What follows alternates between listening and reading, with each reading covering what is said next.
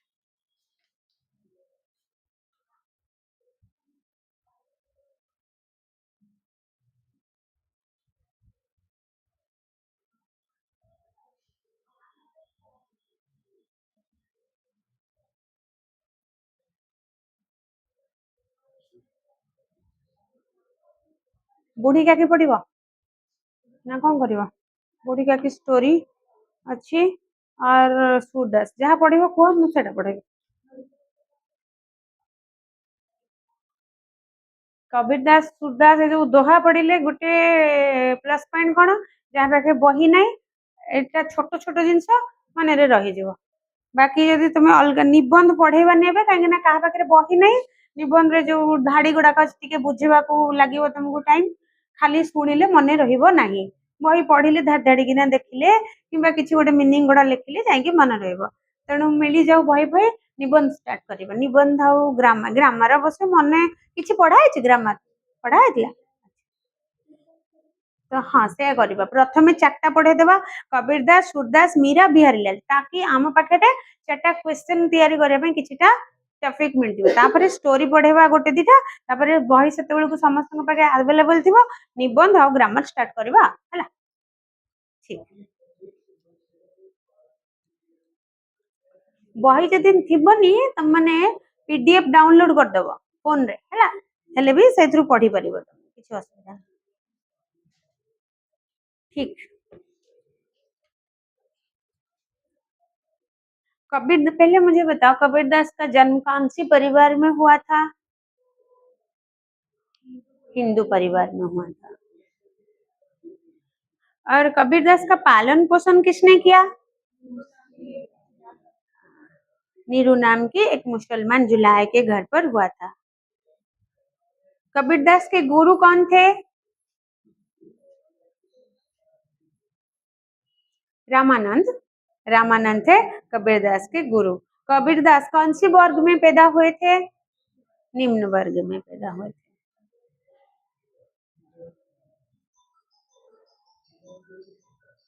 कभी गुरु को किसके साथ तुलना की है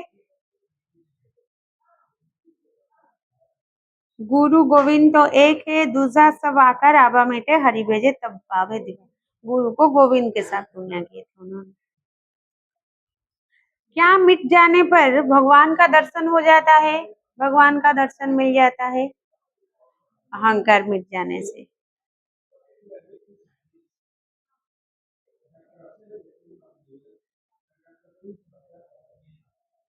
कौन रात को बिछड़ते हैं लेकिन सुबह फिर प्रभात में फिर मिल जाते हैं कौन चकोई चकोई चकोई बिछड़ी रेन को आई मिल प्रभाती किससे बिछड़ने से दिन रात कुछ भी नहीं होता राम से बिछड़ने से भगवान से बिछड़ने से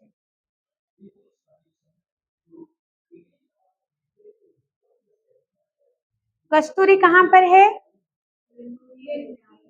मृग के नाभि पर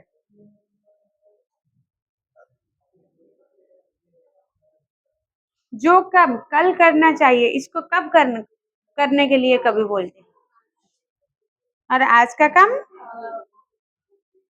क्यों कल का काम आज और आज का काम अब करने के लिए कभी बोल रहे हैं। ठीक। समय किसी को अपेक्षा नहीं करता। पता नहीं कब प्रलय आ जाए या फिर पता नहीं कब मृत्यु आ जाए, तो जो हम सोच रहे थे ये काम कर दूंगी ये काम कर दूंगी, कुछ भी नहीं हो पाएगा।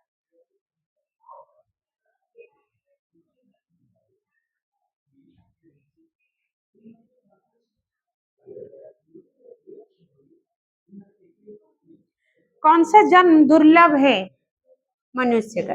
मनुष्य जन्म दुर्लभ है। कौन सी जन्म बारंबार नहीं मिलती है। मनुष्य का जन्म बारंबार नहीं।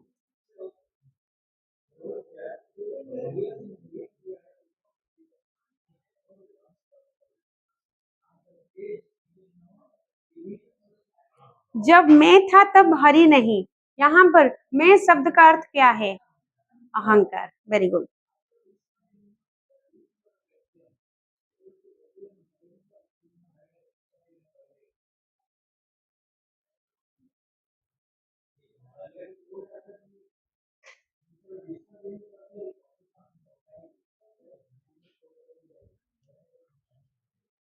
दुख में सब सुमिरन करते हैं ईश्वर का, लेकिन सुख में कोई नहीं करता।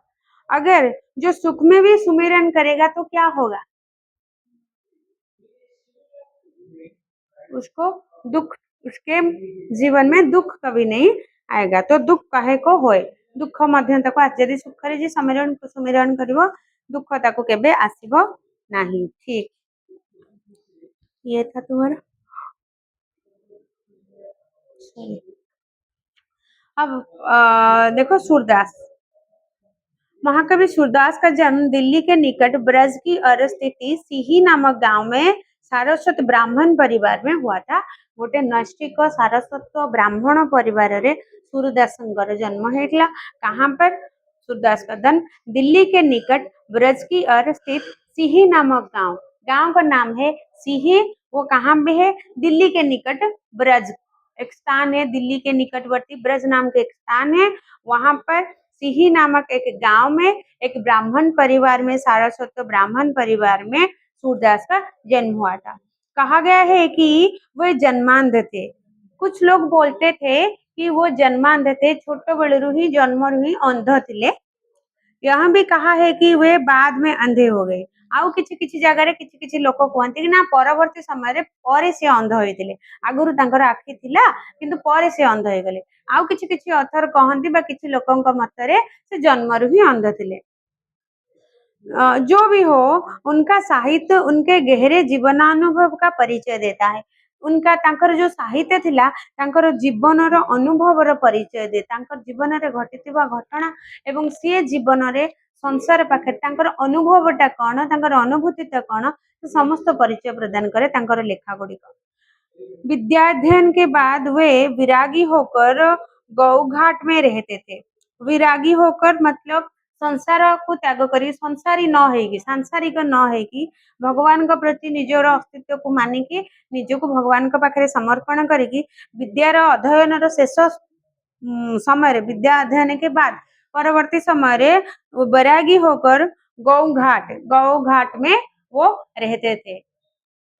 भजन गाते थे। बहुत अच्छे संगीतज्ञ थे। बढ़िया से भजन से गाउଥିଲେ आ गोटे सुंदर संगीतज्ञ थे। संगीत मध्य रचना लिखुଥିଲେ गाउଥିଲେ। वही वल्लभाचार्य के साथ भेंट हुई। किसके साथ भेंट हुई। वल्लभाचार्य उनके शिष्य हो गई। तो सूरदास के गुरु कौन थे। वल्लभाचार्य। कबीरदास के गुरु कौन थे। रामानंद। कबीरदास के गुरु थे रामानंद और सूरदास के गुरु थे वल्लभाचार्य। आचार्य ने सूरदास को अपने आराध्य बालकृष्ण श्रीनाथ जी की कीर्तन सेवा में लगा दिया। तो जेहेतु गुरु जहाँ कहे शिष्य भी मानवा को पड़ो। शिष्य भी एमती आगुरु भगवान भक्त थिला, ईश्वर भक्त थिला। तेणु आचार्य ने सूरदास को अपनी आराध्य, किसी के आराध्य मतलब वो वल्लभाचार्य के भी आराध्य थे बालकृष्ण। छोट कृष्ण वल्लभाचार्य इष्ट आराध्य यानी कि इष्ट देवता थिले। तांकरी श्रीनाथ जी की कीर्तन सेवा में तांकरी कीर्तन और काम रे लगे देती। सूरदास ने भगवत के आधार पर कृष्ण लीला से संबंधित सूर सागर जैसा प्रसिद्ध ग्रंथ लिखा। सूर सागर का रचयिता कौन? सूरदास थे सूर सागर का रचयिता।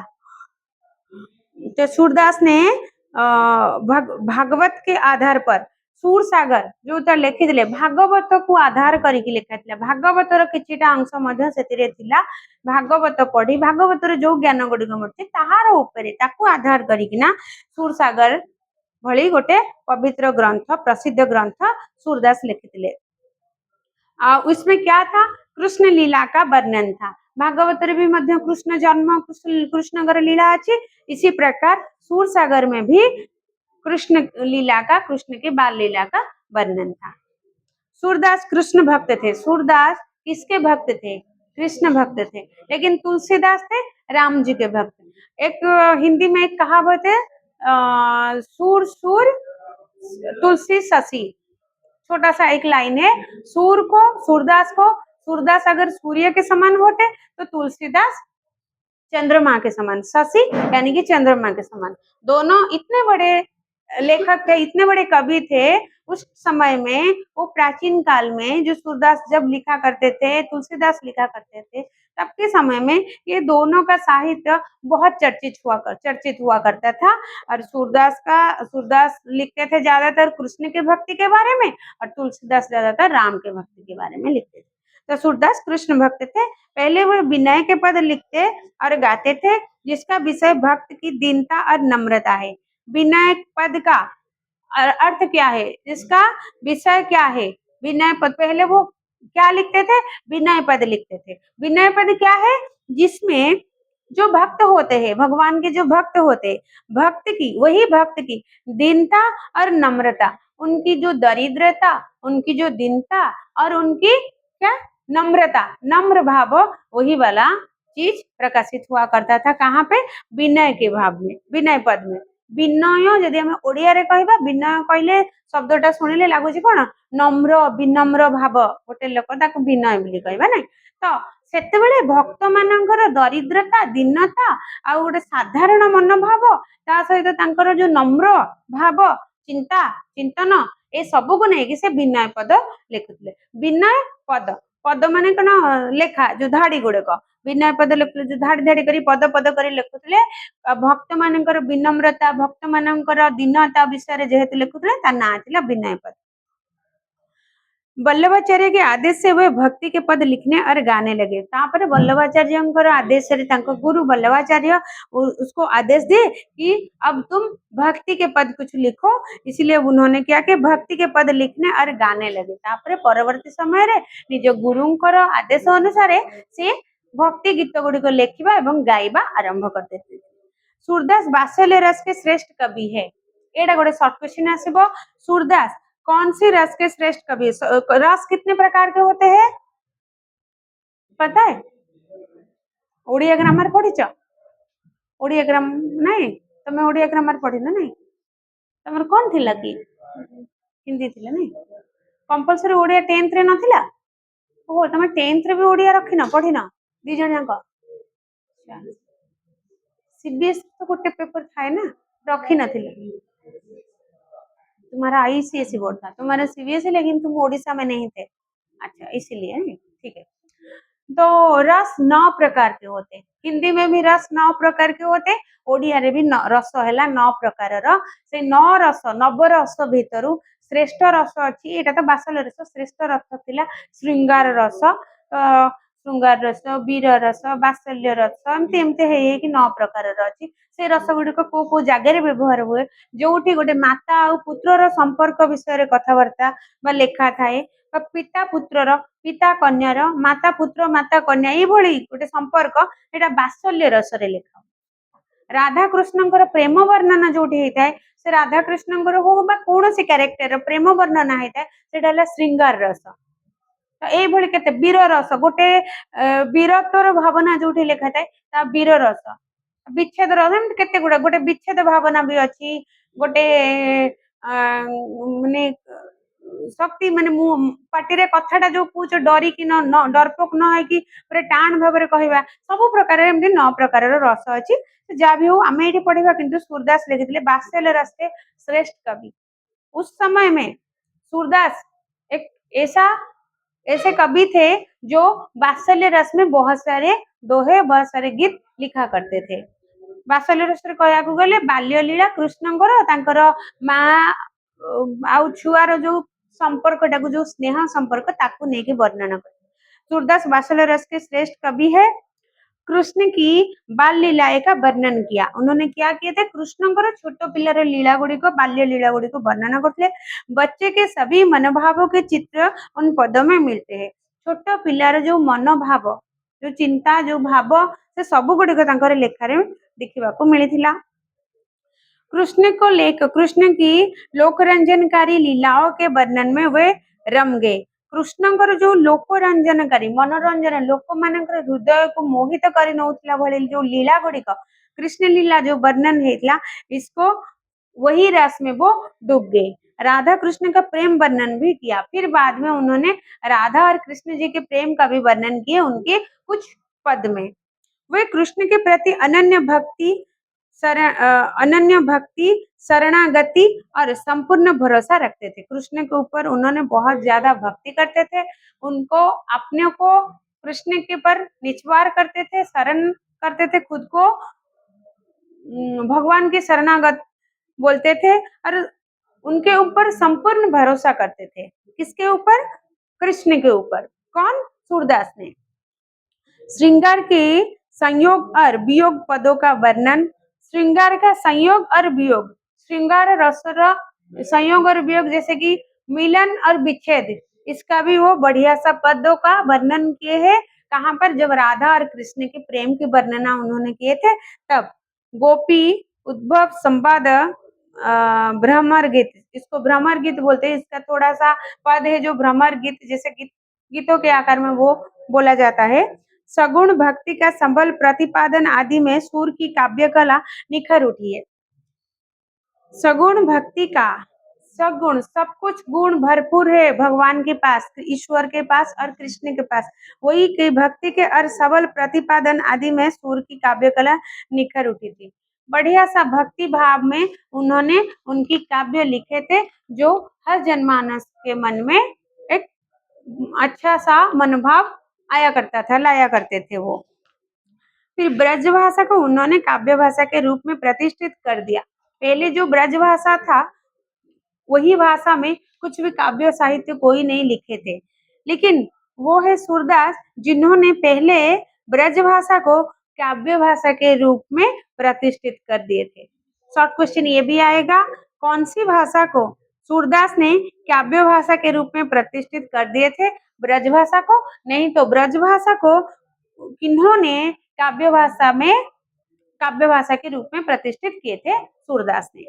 उनके पदों में भावात्मकता चित्रात्मकता अलंकारिकता सजीवता प्रतीकात्मकता और विधि विधान सर्वत्र मिलते हैं तो उनके लिखे हुए जो काव्य है उनमें से जो पद है उनमें से भावात्मकता भाव वेग वाला चित्रात्मकता जैसे कि लगेगा कि ये हकीकत में हो रहा है आंखों के सामने कुछ हो रहा है अलंकारिता बहुत सारे छंद अलंकार को देकर भरपूर कर उन्होंने साहित्य रचना किए थे और पदों का रचना किए थे फिर सजीवता जैसे जीवित है उनका काव्य जीवित है उनका पद जीवित है ऐसा लगता था प्रतीकात्मकता कुछ कहीं ना कहीं पर प्रतीक धर्मी साहित्य भी उन्होंने लिखे थे जैसे कि एक चीज को दूसरे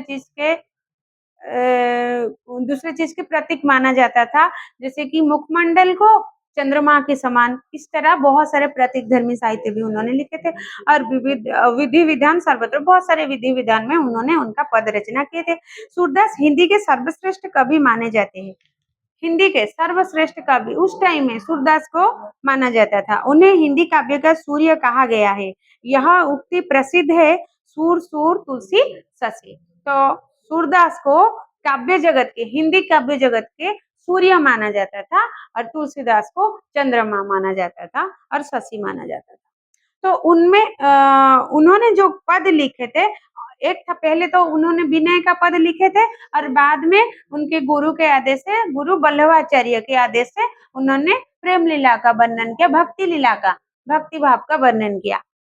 तो जो बाल लीला, वहां पे जो दो भाग है, एक है विनय के पद और दूसरा वाला है बाल लीला। वो पहले वाला जो है विनय का पद, जो वो पहले लिखते थे, विनय के पद में क्या है, भक्त की दीनता और भक्त की क्या दीनता, और था तुम्हारा नम्रता, दीनता और नम्रता के बारे में। और बाद में जो बाल लीला है उसमें क्या है, उसमें है बच्चा, छोटा बच्चा कृष्ण, कृष्ण जी के बाल लीला का वर्णन हुआ है इसमें, भक्ति मार्ग की, भक्ति की लिखा। तो पहले हम पढ़ेंगे विनय के पद। विनय के पद में क्या है, इसको पहले पढ़ लेती हूँ, फिर हमारी यहाँ पे जो शब्दार्थ है इसको समझा दूंगी।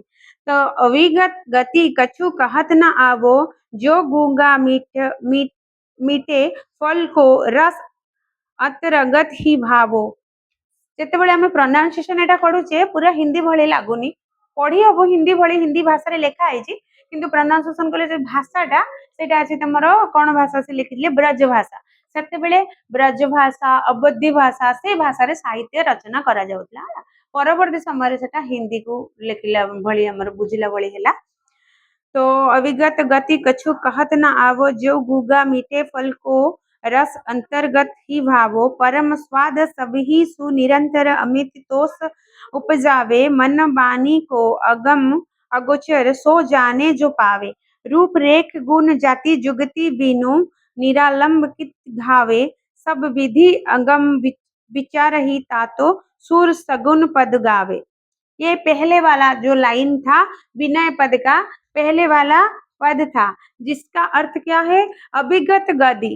अभिगत गति का मतलब है अव्यक्त ब्रह्म की महिमा, भगवान की महिमा, अव्यक्त ब्रह्म जिसका हम व्यक्त नहीं कर सकते, जहां आम बयां करि परिबानी, भलरे व्याख्या करी कहि परिबानी, एते तांकर गुण महिमा कुछ कही नहीं जा सकती। अभिगत गति, इसका कुछ कहा नहीं जा सकता, हम बोल नहीं सकते, इतना अव्यक्त। अव्यक्त माने जोड़ा में व्यक्त करी परिबानी भाषा रे, अव्यक्त ब्रह्म की महिमा को शब्दों में वर्णन नहीं हो सकता, इसको हम शब्द में भी वर्णन नहीं कर सकते हैं। वेदों में उसे नेति नेति, मतलब नेति नेति का मतलब ऐसा नहीं कहा गया है। वेदों में भी इसका वर्णन सही से नहीं हुआ है, क्योंकि भगवान का अस्तित्व इतना बड़ा है, इतना ज्यादा है, कोई भी प्राणी भगवान का अस्तित्व का वर्णना नहीं कर सकेगा। इतना नहीं और ज्यादा है ऐसे। उसका मर्म रस तो अंतरतम या हृदय में, अंतरतम यानी कि हृदय, अंतरात्मा, उनके रस को, भगवान के मर्म के रस को, भगवान के अस्तित्व के रस को हम सिर्फ हृदय के भीतर ही नाप सकते हैं, या फिर हृदय के भीतर ही जान सकते हैं। यानी मन ही मन अच्छा लगता है, जो भी पता है हाँ ईश्वर बहुत बड़े है, बहुत दयालु, वो मन ही हम सोच सकते हैं, बस मन ही वो अच्छा लगता है। उसका अनुभव परम स्वाद अत्यंत आनंददायक है, उससे मन में अपरिमित संतोष मिलता है, जिसका कोई नाप नहीं सकता, मोल नहीं सकता, अपरिमित होता है। वही वाला संतोष यानी कि खुशी मिलता है जब हम मन में भगवान को स्मरण करते हैं, हृदय में भगवान को रखते हैं, तब वह ब्रह्म निर्गुण, जिसका गुण हम व्यक्त नहीं कर सकते हैं, वो निर्गुण है, मन से या वाणी या शब्दों के जरिए अगम अगोचर यानी कि अनजाना रह जाता है। आमे देखो शब्द रे जदि माने लेखिबा तथापि किछि कम पड़ी जीवो, एमितिया तांकर थिबो। शब्द या वाणी के जरिए वो बयां नहीं हो सकता है, जो उसे जानता है वही अनुभव करता है। फिर कभी बोलते हैं जो हृदय में वो जो भगवान को जानता है वही सिर्फ अपने हृदय में उसको अनुभव कर सकता है, ना हम उसकी लीला को, उसकी कथा को वाणी में बोल सकते हैं या फिर शब्दों में परिप्रकाश कर सकते हैं। रूपरेख कित धावो, मन चिंतन मनन करने के लिए अथवा स्नेह संबंध स्थापित करने के लिए किसी इंद्रिय गोचर विषय को खोजता है।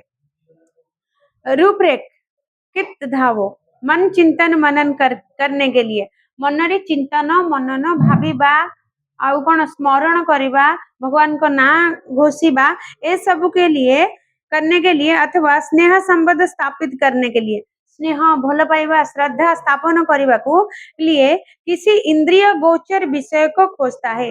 इंद्रिय गोचर, इंद्रिय हमारे कितने इंद्रिय होते हैं, क्या इंद्रिय होते हैं, 5 इंद्रिय नहीं कि जोटा इंद्रिय गोचर माने आखि देखुची, कान शुणुची, महसूस करुचे, तो से जिनस को आम भावुचे सेटा जिनसटा स्नेह करवा, ताको भक्ति करवा, ताको श्रद्धा करवा। लेकिन भगवान की उपस्थिति को क्या हम देख सकते, क्या छू सकते, सिर्फ क्या कर सकते हैं, अनुभव कर सकते हैं।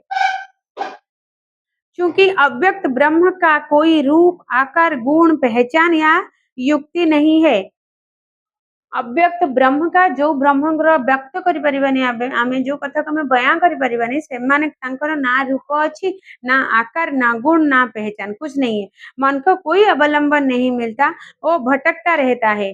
और मन को अवलंबन कोई नहीं मिलता, रोकने के लिए, उनको सही मार्ग दिखाने के लिए कोई नहीं मिलता, वो हमेशा भटकता रहता है। कौन भटकता रहता है, मन हमेशा भटकता रहता है। सब विधि गावे निर्गुण निराकार ब्रह्म का गुणगान असंभव जानकर सूरदास सगुण ब्रह्म की लीलाओं का गान किया। निर्गुण ब्रह्म का गुणगान असंभव, जदि आम भगवान को दुईटा जिनस देखा, गोटे मन रे भावीदेवा कि भगवान निर्गुण, सी तांकर अस्तित्व को आम मापी पारिबानी, तांकर लीला को आम वर्णना करि पारिबानी, ताले सी होचंदी निर्गुण, जहाँ को आम किसी कर विषय किसी लेखि पारिबानी। लेकिन सगुण भगवान जदि हम भाविबा, ताले सी के कृष्ण गोटे जन्म हेले, भग सी हेले, तांकर बापाटे अछि, माटे अछि, राम गोटे अवतार नेले, सी तांको भी आम भगवान बोली भावुचे, किंतु सी गोटे जन्म नेले, गोटे जगार जनकर औरसरु जन्म नेले, तांकर बापा जणे अछंती, माँ जणे अछंती, तांकर बापा माँ तांको द्वारा माने चिन्ह चिन्हा पडुचंती, बा सी माँ बापांकर पहचान ने मध्य चिन्हा पड़ुचंती। जदि आम पढ़िबा राम, रामंकर बापा जणे अछंती दशरथ, सी होचंती सगुण भगवान। लेकिन निर्गुण भगवान कौन होते, ब्रह्म। आम जदि दीटा अर्थ नवा, बेले बेले मन को कौन आसेनी जे भगवान केमिति जन्म हेले, भगवान तो अस्तित्व विराट का, ताको तो कहीं मापी पारिबेनी, ताको तो कहीं तुलना करि पारिबेनी। जोड़ा दिव्य दर्शन जो करथिले गीता रे, कौन दर्शन करथिले, किए दर्शन करथिले, अर्जुन दर्शन करथिले। अर्जुन को कौन देखैथिले, कृष्ण विश्व रूप दर्शन करैथिले। नहीं, से जो निराकार निर्गुण सब किछि तांकर देहर बाहाउची, सब किछि तांकर देहर लीन होई जाउची।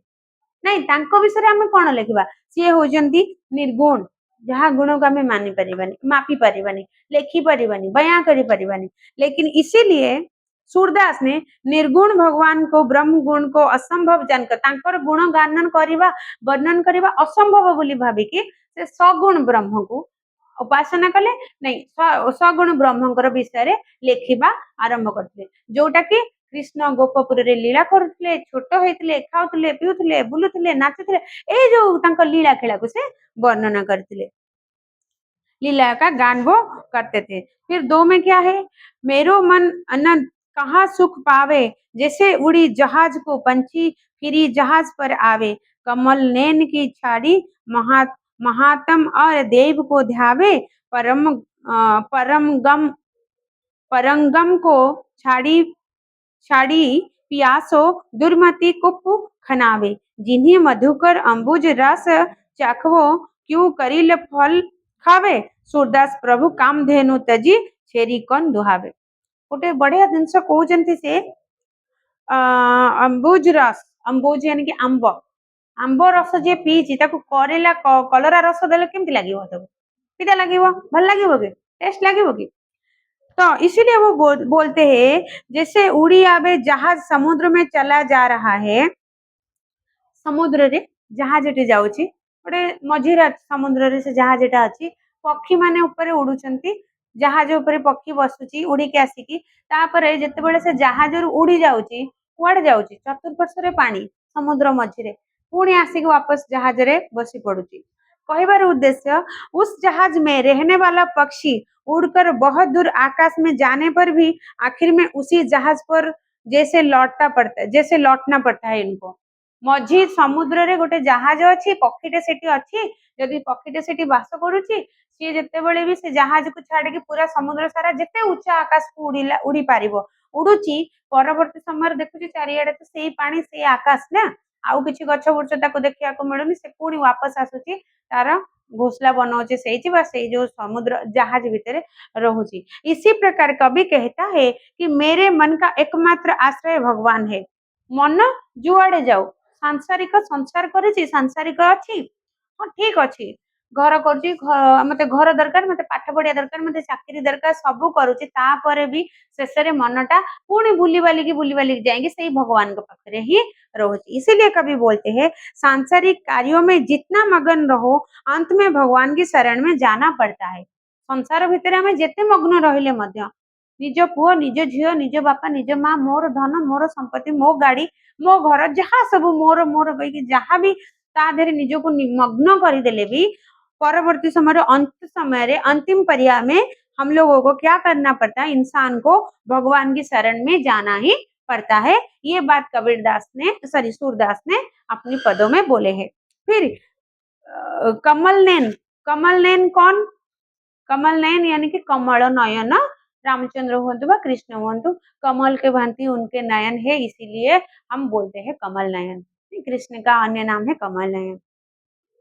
ध्यावे ध्यावे यानी कि ध्यान करना वो बोलते हैं कमल नयन श्री कृष्ण का आश्रय छोड़ कौन मूर्ख होगा जो अन्य देवताओं का ध्यान करेगा। फिर वो बोलते हैं क्योंकि तुम्हारी ये कौन थे सूरदास सूरदास कृष्ण एते भक्त थे जे से संसार कौन से भगवान को मानिया प्रस्तुत नथिले से कहते कि अगर कमल नयन श्री कृष्ण का आश्रय छोड़ जो भी कुछ अन्य देवताओं की पूजा करेगा वो मूर्ख है ये बोलते थे।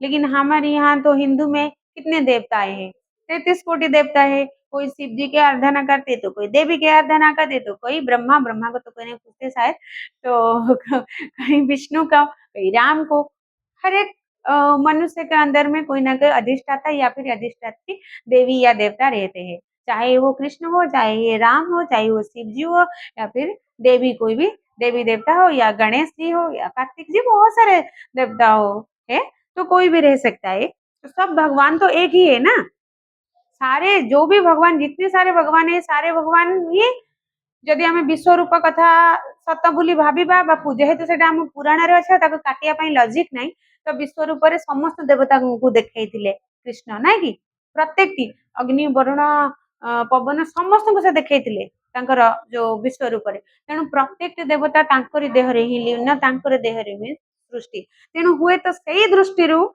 सूरदास कहते कि श्री कृष्ण का आश्रय छोड़कर कौन ही मूर्ख होगा जो अन्य देवताओं पर का ध्यान करेगा। गंगा पास में है तो कौन मूर्ख व्यक्ति प्यास बुझाने के लिए कुआं खोदेगा। पाखे गंगा नदी बही जाऊँगी जो लोकटा नदी शोष करुच्ची पाखे खोलुची कूओ खोल पानी बाहर पीब ताले से लोकटा को निहाती भाव में मूर्ख कहवा है ना नहीं। इसीलिए कभी ये वाला एक उदाहरण दे के समझाते हैं संसार को कि गंगा पास में है तो कौन मूर्ख व्यक्ति प्यास बुझाने के लिए कुआं खोदेगा अर्थात ऐसा कोई नहीं करेगा जिस बोरे ने एक बार कमल का मकरंद चख रहा है। नहीं यहाँ पर आम रस तो है नहीं।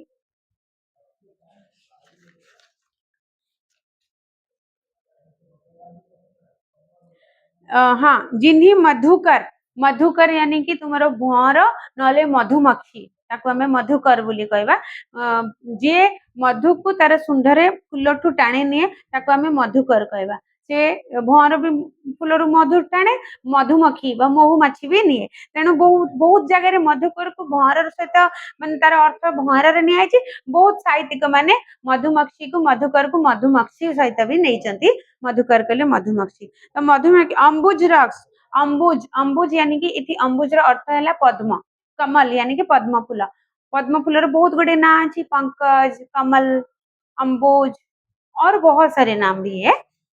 तो अम्बुज रस चाखो जो भंवरटी जो मधुमक्षी जाकि पद्म फूल रे बसिकी तार रस खाई से कलरा नहीं कि कलरा रस खाइब कि केबे ताको भल लागिबो इसीलिए वो बोल अम्बुज रस चाखो क्यों कलेरा फल खावे तो इसीलिए वो बोलते हैं जिस भौरों ने एठी भौर बोली नहीं चंदी मधुकर को भौर बोली नहीं चंदी जिस भौरों ने एक बार कमल का मकरंद चखाए मकरंद अर्थ है मुहु बा मीठा रस ताको हमें मकरंद कहबा मकरंद चखाए वो करील फल नहीं खाता से केबे कलरा फल खाइबो नहीं।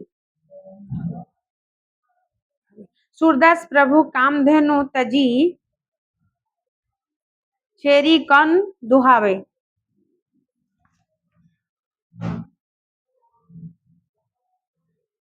एटा सरीली ना परमगम तो को छोड़ी पिसाए दुर्मति को खनावे परमगम माने गंग माने जो गंगा नदी जदि बही जाउची पाखरे प्यासी लोक को मूर्ख हेतिबो जे कि पाखरे कुओ खोलिबो जिनी मधुकर अंबुज रस चखावे क्यों करिले फल खावे आउ जे जो मधुमक्खीटी जदि पद्म फूलरु रस संग्रह करी खाउची चाखीची से केबे करेला फल खाइबेनी।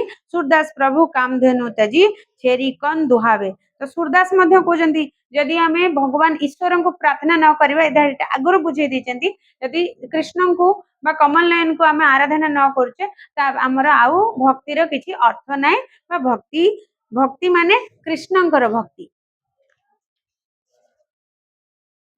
3 नंबर पे बोल रहे प्रभु मोरे अवगुण चित ना धरो समुद्र रसी है नाम तिहोरो चाहे तो पार करो इन नदी इन नार कहावत मेलो निर्भयो भरो जब दो मिली एक बरन भय सुरसरी नाम धरो इस लोहा पूजा में राखत इन घर बधिक परो जो यह दुविधा पारस नहीं जानत कंचन करत खरो एक जीव एक ब्रह्म कहावत सूर श्याम सगरो अब की बार मोही पार उतारो नहीं पन जार टरो निजर अवगुण गुड़ी को न धरिबा पाएंगे निजर भूल गुड़ी को न धरिबा पाएंगे एई जगह वर्णना करचंदी सूरदास कृष्ण को आगे कौन कहते कि 3 में बोल रहे हैं हे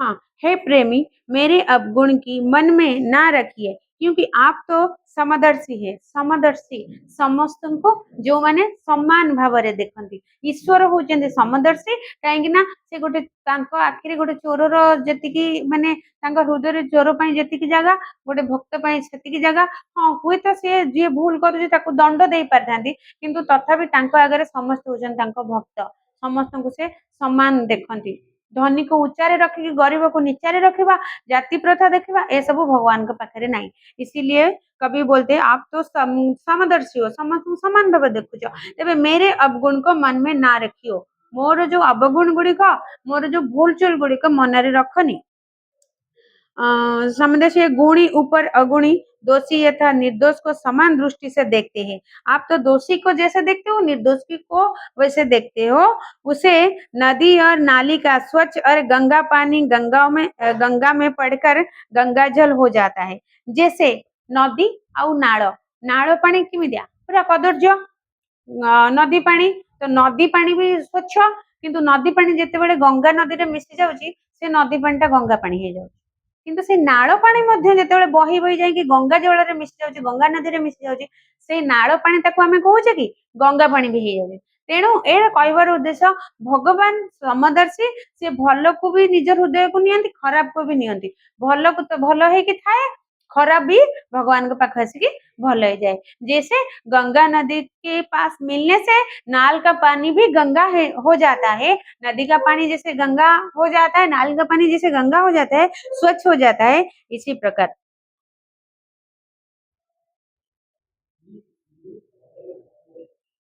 गंगा पानी गंगा में पड़कर गंगा जल हो जाता है वैसे आप सबको समान कर देते हो पारस वाद की कटारी के लेहे का और पूजा का लेह की एक समान होता दिखता है एक जीवात्मा है पूजा का लेह की एक समान हो जाता है अच्छा आम गोटे जिन आउ गोटे है सपोज कहवा गोटे किसी गोटे बहुत पूजा रे किसी किसी मेटाल रो पूजा भी हुए कहवा गोटे उदाहरण दउची गोटे छोट खंडे लुहा है ସେଇ ଲୁହାଟା ଯଦି ରାସ୍ତାରେ ପଡିଥାଉଛି ବା ଘରେ ପଡିଥାଉଛି ତାକୁ ଆମେ ଅଲଗା କାମରେ ବ୍ୟବହାର କରିଦଉଛେ ବା ତାକୁ କିଛି କୋଉ ବି ଧାତୁକୁ ଆଣିକି କୋଉ ବି ଜିନିଷରେ ବ୍ୟବହାର କରୁଛେ, ସେତେବେଳେ ତା ପ୍ରତି ସେ ଭକ୍ତି ଭାବ ଆସୁଛି। କିନ୍ତୁ ସେଇ ଲୁହାଟାକୁ ଯଦି ଠାକୁର ଘରେ ନେଇକି ଚନ୍ଦନ ସିନ୍ଦୁର ଲଗେଇକି ଥୋଇଦବା ତାହେଲେ ମନରେ ସାଙ୍ଗେ ସାଙ୍ଗେ ଭକ୍ତି ଭାବ ଆସିଯାଉଛି ଆଉ ସେଇଟା ଆମ ହୃଦୟରେ ଭଗବାନ ପାଲଟି ଯାଉଛନ୍ତି, ନାଇଁ କି? ପଥର ପଥର ଯେତେବେଳେ ନଦୀ କୂଳରେ ପଡିଥାଉଛି ଆମେ ଯାଇକି ସେଠି ଗୋଡ ଘଷି ଦଉଛେ, ଗାଧେଇଲା ବେଳେ ଲୋକ ପଥରରେ ଗୋଡ ଘଷନ୍ତି। ସେଇ ପଥରଟିକୁ ଯଦି ଆଣିକି ସଜେଇ ସାଜେଇକି କୋଉ ଗଛ ମୂଳେ ଚନ୍ଦନ ସିନ୍ଦୁର ଲଗେଇ ଦେଲା ବେଳକୁ ସାଙ୍ଗେ ସାଙ୍ଗେ ସେଟା ସାଧାରଣ ପଥରରୁ ଭଗବାନ ଈଶ୍ୱର ଗୋଟେ ମାନେ କଣ ଦିବ୍ୟ ପଥରରେ ପରିଣତ ହେଇଯାଉଛି। ଏସର ନ ହଉଛି ନା ନାଇଁ? ठीक हଉଛି। जिसी तरह पारस बाध की कटारी के लोहे का और पूजा का लोहे का एक समान सोना देता है। एक जीवात्मा है, सर्वत्र व्यक्त है, इसका इशारा परमात्मा है, दोनों बराबर है। ये बोलते हैं जेमिति कि गोटे तुम्हारे जंगल रे गोटे सारस जो व्याध, व्याध का मतलब क्या है? व्याध का मतलब क्या है? शिकारी। नहीं, व्याध व्याध व्याध माने शिकारी। जे शिकार करे शिकारी, तो शिकारीटे जे जो लुहार धरी थाउची सीए आउ भगवान के पाखरे जदि पूजा हेइथबा लुहा दी जाने जांक भगवान के पाखरे समान। यह कहबार अर्थ जे गोटे चोर भी भगवान के पाखरे जा, गोटे भल मनुष्य भी भगवान के पाखरे सेया। जेमिति मु उदाहरण देली गंगा नदी रो कथा, सब जिंस जेतेबेले ईश्वर के साथे मिसी जांती तो समस्त एकाकार हो जाती, समान हो जाती, दोनों बराबर होते हैं। आप पतितों के अहदारक हो, मतलब पतित मान को उद्धार करुच, तमें पतित के अहदारक हो यानी कि पतित को अवधारक हो यानी कि तुम पतितों को उद्धार करते हो। मैं पतित हूँ, मु गोटे पतित अच्छी, मुझे पापी अच्छी, मु गोटे दुखी रंग की अच्छी, मुझे भव सागर से पार कर दीजिए, नहीं तो नहीं वो आपकी प्रतिष्ठा दल जाएगी। तमर जो प्रतिष्ठा थी, प्रतिष्ठा यानी कि तुम्हारी जो प्रतिष्ठा अच्छी जदि मते ए भवसागर पारी न करिवो तो तुम प्रतिष्ठार किसी मूल्य रहिबनी। अर्थात एठी सूरदास निजर आमे आगुरु पढ़ीचे जेहेतु से कोन एटा पढ़ितले आमे ता पूर्वरु कौन लेखुले एटा विनय पद, तो विनय पद रे भक्त मानकर दीनता आ भक्त मानकर नम्रता विषय कहउचंती। तो एठी मध्ये से नम्रतार सहित कहउचंती निजे गोटे भक्त भावरे जे भगवान मते मध्ये एई पतित पावन, हे पतित पावन आपण मते मध्ये एई पतित, मु गोटे पतित, मुझे भी आप उद्धार कीजिए, मुझे इस भव सागर से पार कीजिए, नहीं तो आपका जो नाम है पतित पावन, क्यों तुम्हारा नाम पतित पावन क्यों है? क्योंकि आप पतित के उद्धार करते हो, पतित के पावक हो, इसीलिए आप पतित पावन के बाना उड़ाते हो, ठीक, नेत्र उड़ाते हो। तो इसीलिए मुझे भी उद्धार करो, नहीं तो तुम्हारा ये जो नाम खराब हो जाएगा, नाम नहीं आएगा। ये था तुम्हारा विनय पद में तीन पद, और दो है बाल लीला में। इसमें बहुत बढ़िया सा लीला का वर्णन किया गया है, कृष्ण का बचपन का लीला का वर्णन किया गया है, जिसमें है कहन लोगो मोहन मैया मैया पिता नंसो बाबा और हलदरसो भैया। छुआ टिके बड़ होइछि, नुआ नुआ की पाटी खोलिछि कृष्णंकर, छोट कृष्णंकर विषय रे एठी लेखक कवि लिखिचंती। तो जेतेबेले नुआ नुआ की तार पाटी खोलिछि छोट कृष्णंकर, सेई कथा को वर्णना कराई। कहन लोगो मोहन मैया मैया, मोहन यानी कि कृष्ण, कृष्ण का अन्य नाम मोहन है। वो धीरे धीरे जब पाटी खोली टिके टिके मैया मैया कहकर बुलाते हैं, किसको? यशोदा को। फिर पिता नंसो बाबा और नंद राजा को बाबा बाबा कहे की डाकुचंती, और हलदर सो भैया, हलदर कौन? बलराम, बलराम को वो भैया भैया कहकर बुलाते हैं। ऊंचे चढ़ी चढ़ी कहती जसोदा, लो लो नाम कन्हैया, दूर कहो जाती जाहू ललारे, मारेगी कहूँ की गोया। गाई मारिब, उच्चा को चढ़नी पड़ी जीवु, बाहर को जाने, मो आखि सामने खेले, नले गोपाल मानकर गाई आसी ते मारि पकेइब। गोपी ग्वाल करत केतुहल, घर घर लेत बलैया, कौतूहल करते गोपी गोपाल माने ता सहित खेल कौतुक मजा करचंती।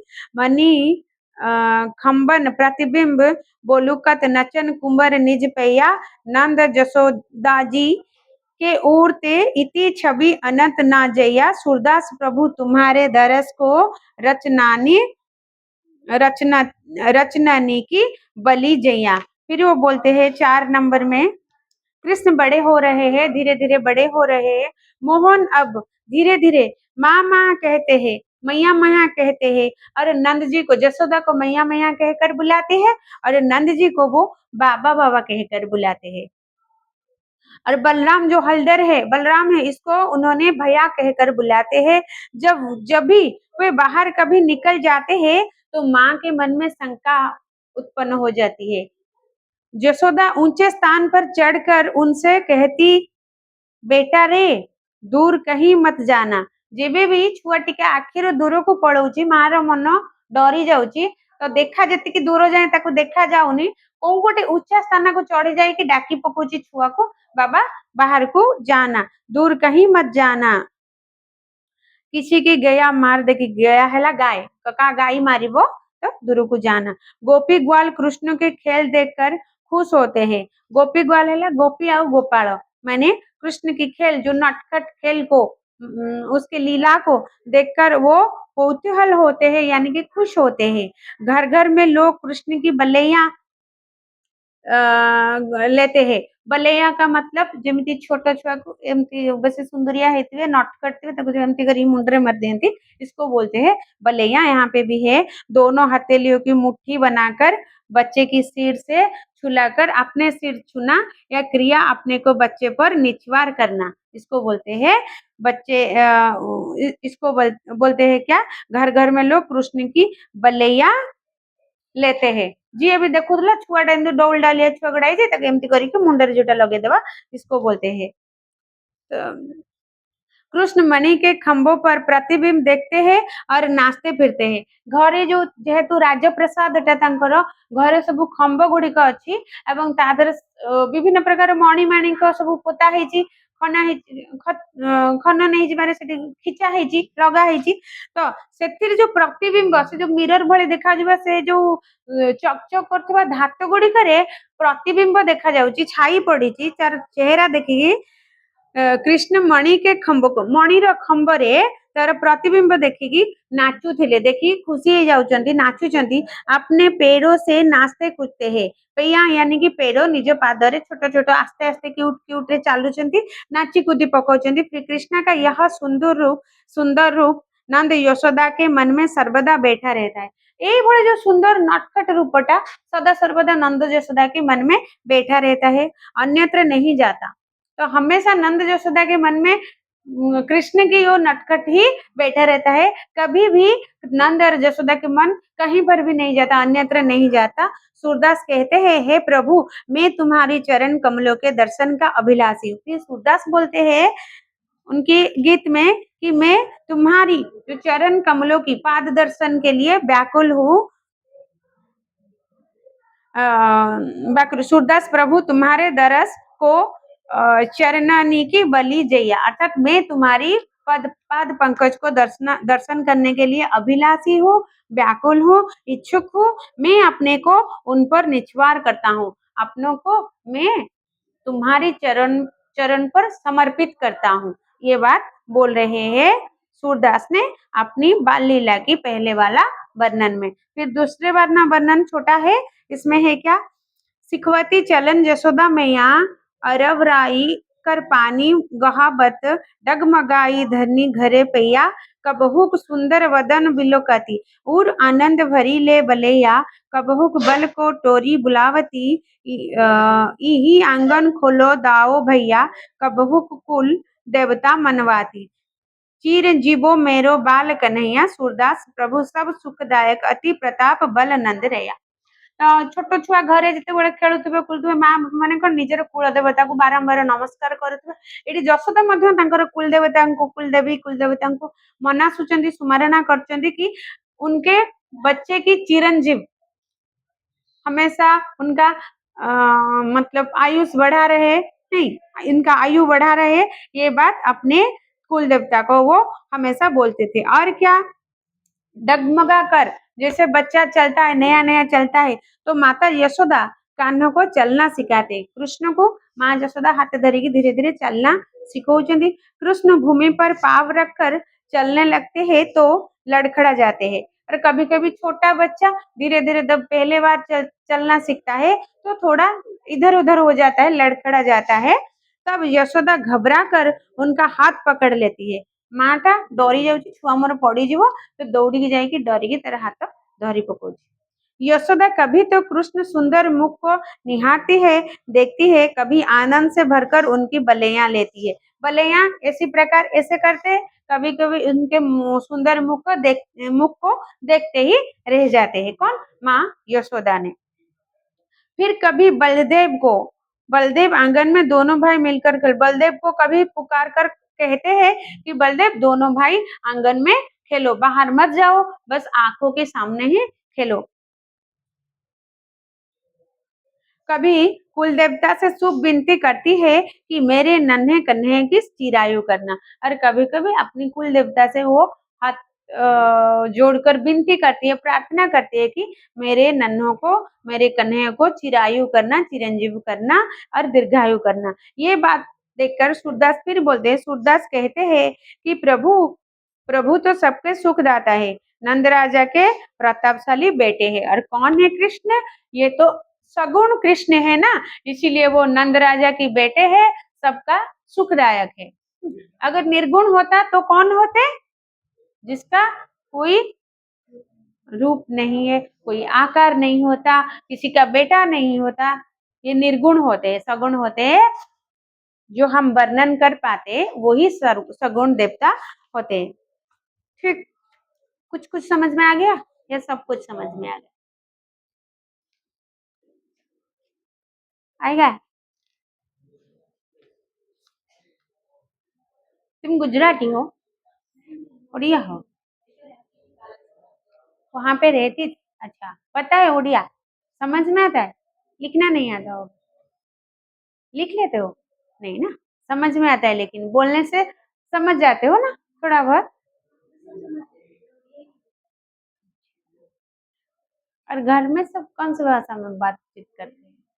ठीक, तुम्हें समझ में आता है? हो जाता है ना? यू बोथ क्या? नहीं बुझा पड़ुची ना? नहीं बुझीगला? यस और नो? आर क्लास रे पचारिया पढ़ी आसती बता, आर क्लास रे पचारिबी।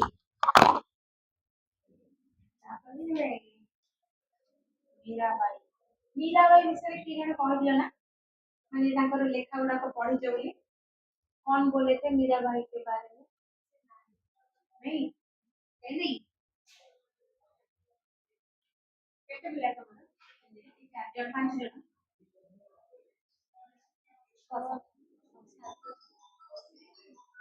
समझ में आ रहा है?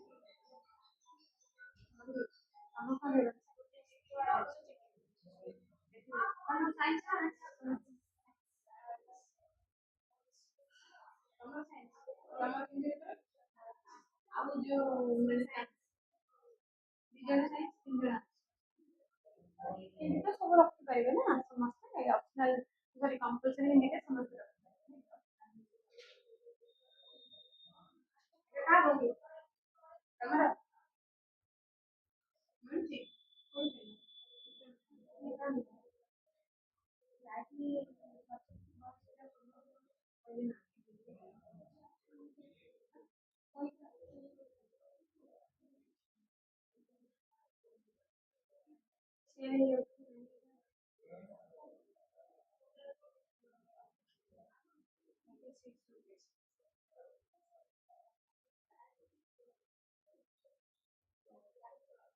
ଆଉ କୋଉ କ୍ଲାସ୍ ଅଛି? ହିଷ୍ଟ୍ରି।